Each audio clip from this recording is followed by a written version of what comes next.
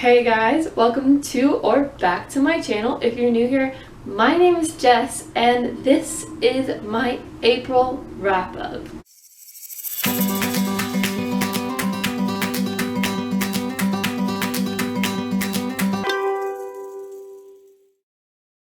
So my TBR for April consisted of 10 books.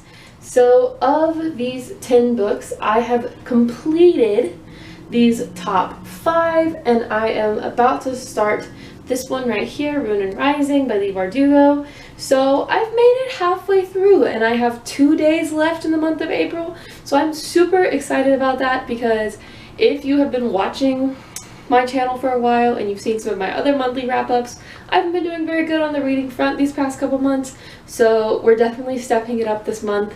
We did great. So yeah, if you are interested in going and checking those out, by the way, they will be linked in my description, as well as I will put the playlist right up here. So definitely go check that out if you feel like it. But yeah, let's get into these books and what I thought about them. So the first book that I read and completed in the month of April is Stolen: 5 Free Boys Kidnapped into Slavery and Their Astonishing Odyssey Home by Richard Bell.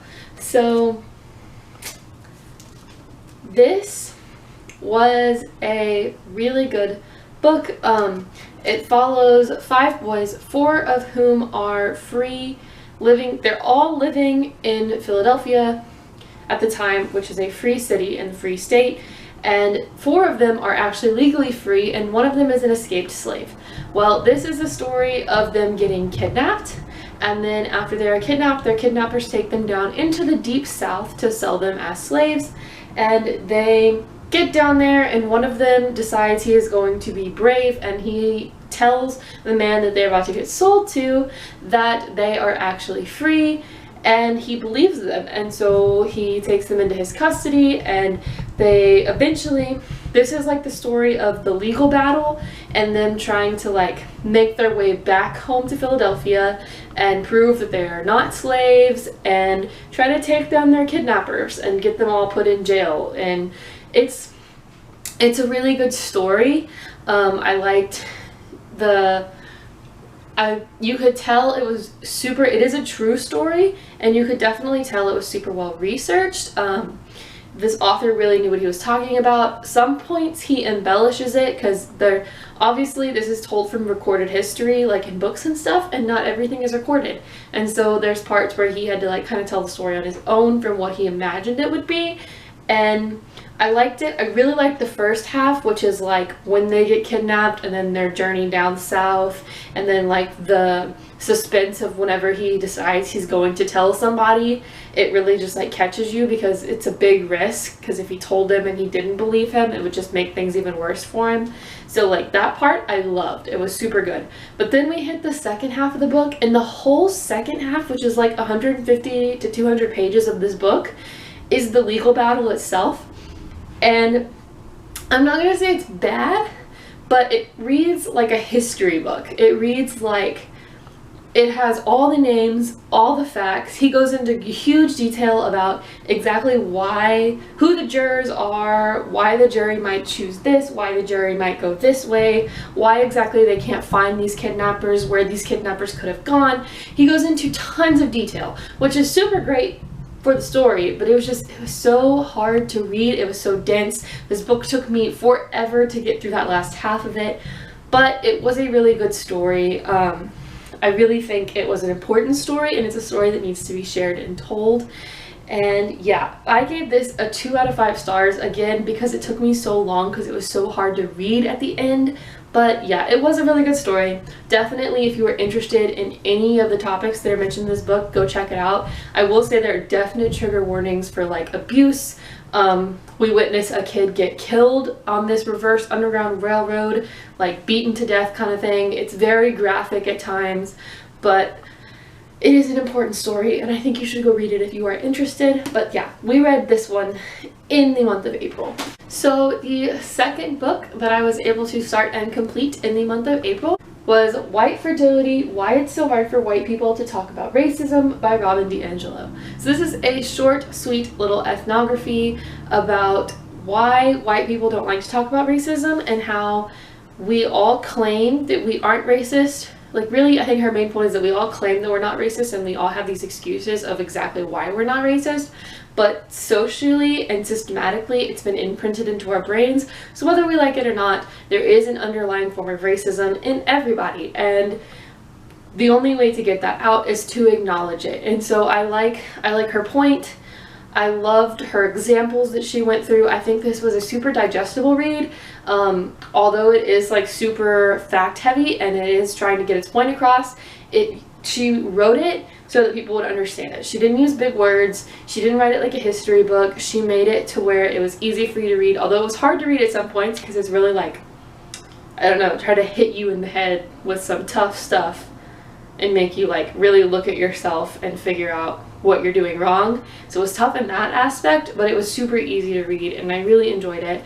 I did not give it an actual rating though. I said my rating, I'm pretty sure my vlog, I think I'll link that vlog right up here, but if you want to go check it out and know some more of my thoughts on it. But I'm pretty sure in my vlog I said my rating for this one was a thumbs up because I don't feel comfortable rating nonfiction books like this one where it's like an ethnography, because I rate like on characters and world building and plot and stories, and this doesn't really have that.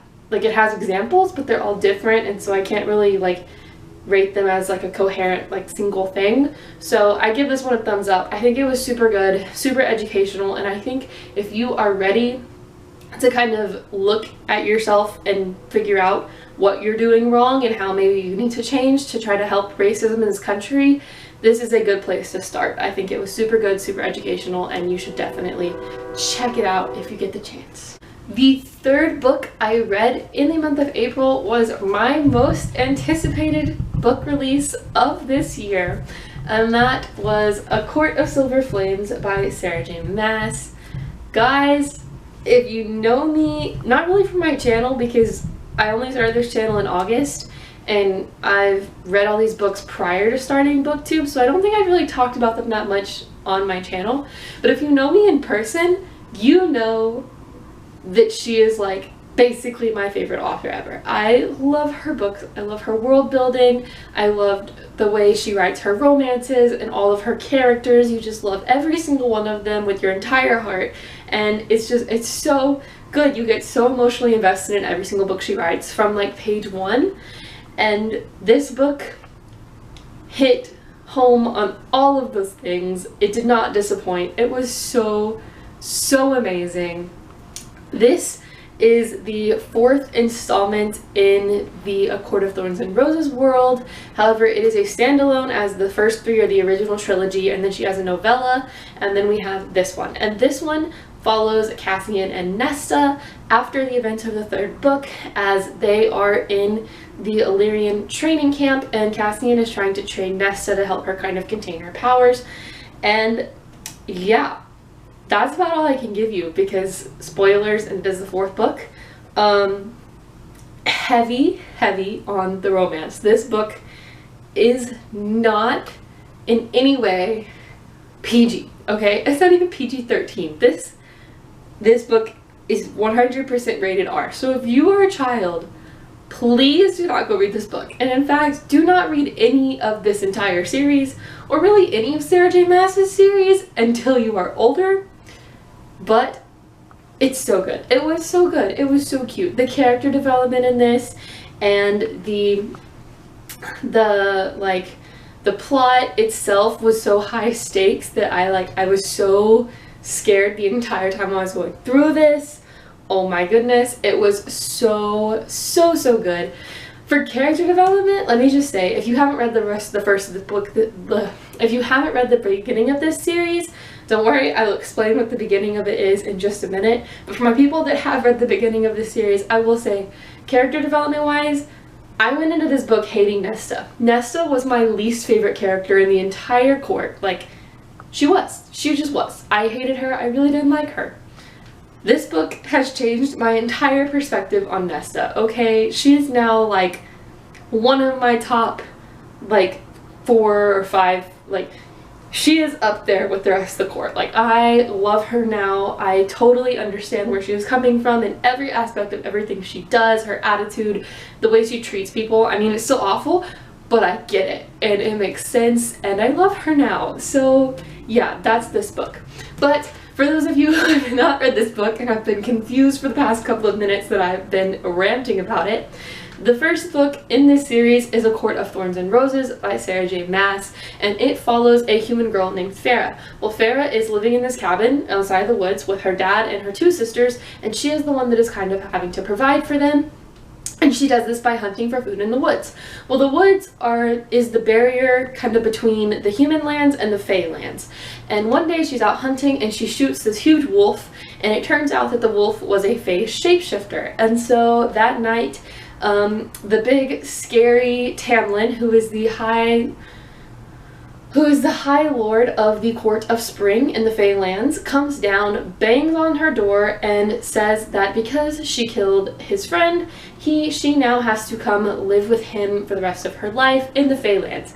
And it turns into a Beauty and the Beast retelling. So then we have a Beauty and the Beast retelling, we can see where that goes, and then it just goes nuts from there. The whole thing just blows up, takes you in so many different directions, you have no idea what's going on, and it's so many different things happen throughout the 3 books, so many like new characters that you love every one of them, so many different romances, like it's a whole thing, and it's so great. I totally recommend reading this series or any one of her series. Throne of Glass, this one. I have not read her newest one, which is Crescent City. It is on my I do own it though, I just have not had a chance to pick it up yet, but I'm so excited to pick that one up eventually. But yeah, definitely, I cannot say it any more than I already have. Go pick up at least one of her books. Just give it a try. I know there's a lot of people on BookTube that really don't like her books and don't like her writing, but you gotta give it a chance, man. You never know what you're gonna like or not like until you try it. So go try it. But I will say getting back to this book, there are definite trigger warnings. This thing deals with mental health. The entire book is basically about mental health and depression. And so that is a huge trigger warning, as well as the fact that it's fae and it's battle scenes, and so there is a bunch of like gore, and so there's like, if you're someone with a queasy stomach, trigger warnings for that. But yeah, I love this book. Super great. 5 out of 5 stars. I don't think I've ever given her books anything other than a 5 out of 5 stars, but yeah, this one just jumped right on the train with the rest of them. Super great, super good. I'm gonna stop talking about it now because I think you'll get the idea. But yeah, we read this one in April. So, the 4th book that I completed in the month of April, I actually finished this morning. I listened to it as an audiobook, and that is The Rosie Project by Graham Simpson. I'm pretty sure I'm saying that wrong, but that's okay. We're just gonna go with it. This book was actually given to me by a friend, and it is one of his all-time favorites, and he has pointed out to me that in I think it's my April TBR actually, when I described what this book was about, I described it wrong, so sorry about that. But yeah, this is me making up for that. I'm sorry, Octavio. I know I did it. I'm making up for it. So what this book is actually about is basically the same thing. I just like messed up one word, but whatever. This follows 2 main characters. The first one is Don, who is a professor, and he is actually on the autism spectrum. And so he has a hard time in social situations and figuring out what people exactly want from him, and he doesn't understand like normal social cues, especially like things like sarcasm. He just doesn't get it. And so he is going through his life and he figures out that he is ready to try to find a wife. And his way to do this is to think like a scientist, which he is, and comes up with a questionnaire that is going to lead him to the perfect woman. So enter Rosie, who is the complete opposite of everything Don is looking for and thinks he needs in a woman, and she decides that she needs his help in what she is calling the Father Project. And the Father Project is what the 2 of them set off to find the answer to, and that is who exactly her dad is. And they do this through DNA testing, and it leads them through a wonderful, amazing, beautiful journey from Australia all the way to America to DNA test these random ass people. Not really random, because to DNA test everybody that her mom graduated with from college and try to find who her father is. And along the way, some things happen, and we can all see where it goes in the end, but it was a fun story to get there. So I liked it. I gave it a 4 out of 5 stars. I thought it was super cute. The one thing I will say is that he obviously has Asperger's syndrome, even though he doesn't know it. And so the way he thinks and the way because we read this book from Dawn's point of view, and so his narration in this book is very, very over dramatized, and I am not an expert, and I don't know enough about Asperger's syndrome to be able to tell if this is a good example of it or not, and if it's portrayed in the right way. I don't know if it's accurate. So if you have any thoughts on that part of it, please leave them down below, because I'm dying to know. I have no idea, and in that sense I can't really speak on it very much, but I have read some reviews that say that they don't really like this as much because it is over dramatized, and it's his syndrome is used for humor. But I feel like the way this book is told is that it starts out with the huge emphasis on it, almost like humor, but it's really not, because by the end of the book he's kind of starting to realize and learn how to deal with it, almost, even though he still doesn't accept that he has it and know that he has it.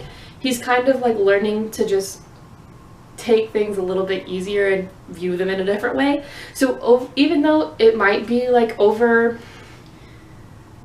dramatized, by the end of the book we see it kind of at least for him, kind of just get better a little bit, him try to learn, learn kind of how to deal with people and deal with society.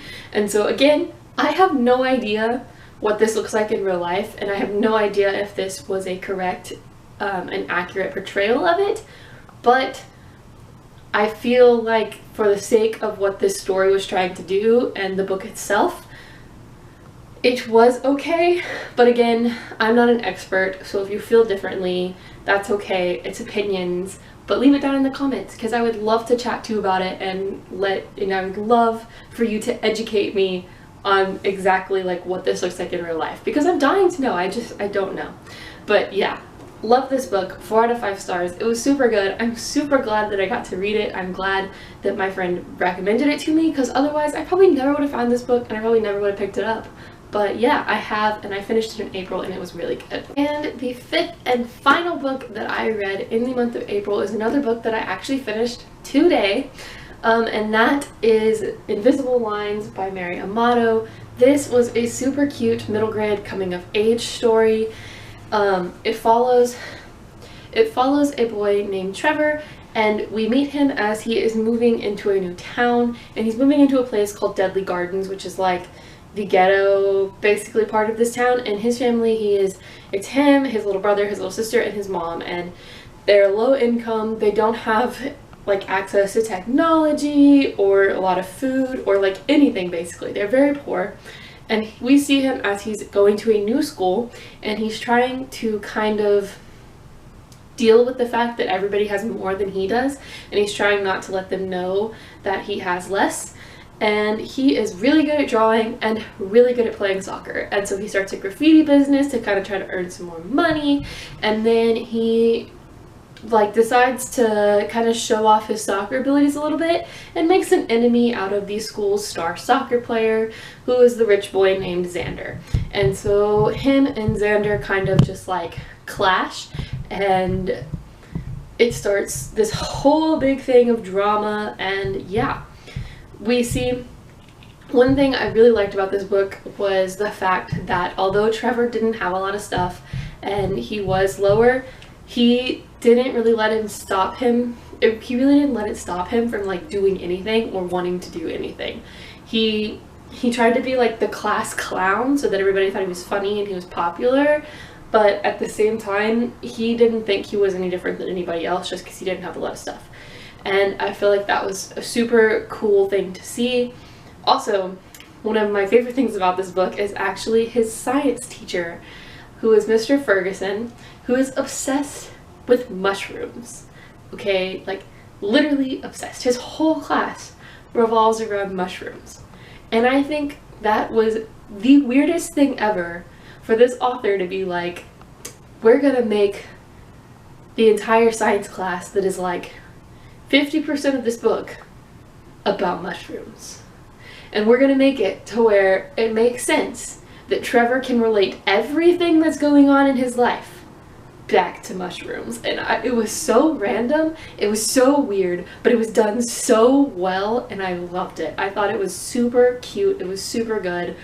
Great story, great writing. I loved it. I gave it a 4 out of 5 stars. I think it was just adorable, and it was such a fast, cute little read.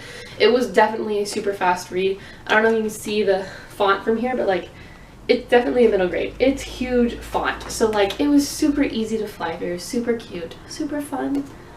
I just love this book, okay? It was a 4 out of 5 stars all the way. But yeah, this is the 5th and final book I have finished so far in April. So these 5 books behind me here are the 5 books that I was able to complete in April. As I said, it was a great reading month for me compared to the past few months. I would have liked to get a little bit farther in my TBR, but I did make it halfway through, and that's more than I can say for the past couple of months. So we'll go with it. We liked it. It was super good quality.